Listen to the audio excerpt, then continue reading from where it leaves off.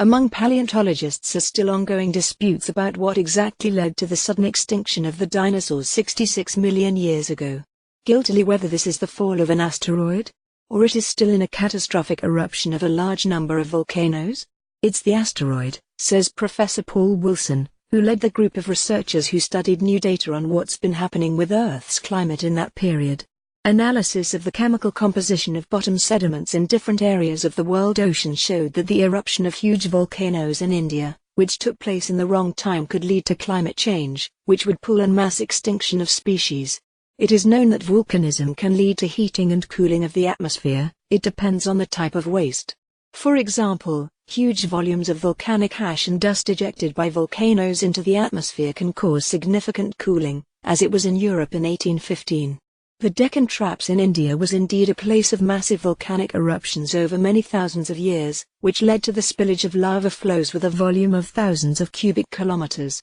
However, scientists rejected the possibility that these eruptions led to the extinction of the dinosaurs.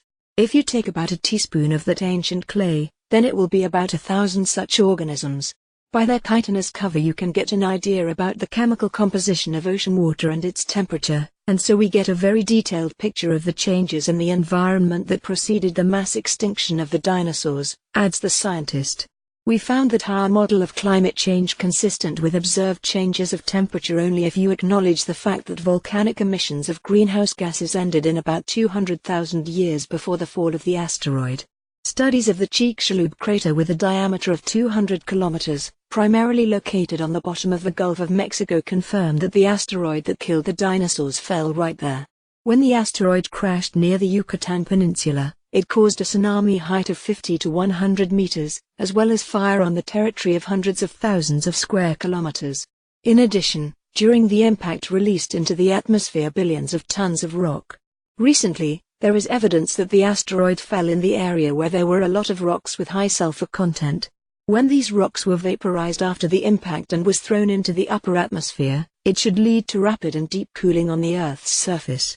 Paleontological research confirms that dinosaurs, unlike birds, could not migrate to areas where such climatic changes have occurred. In contrast, primitive mammals were able to survive in the new conditions that led to their distribution in the successive geological periods.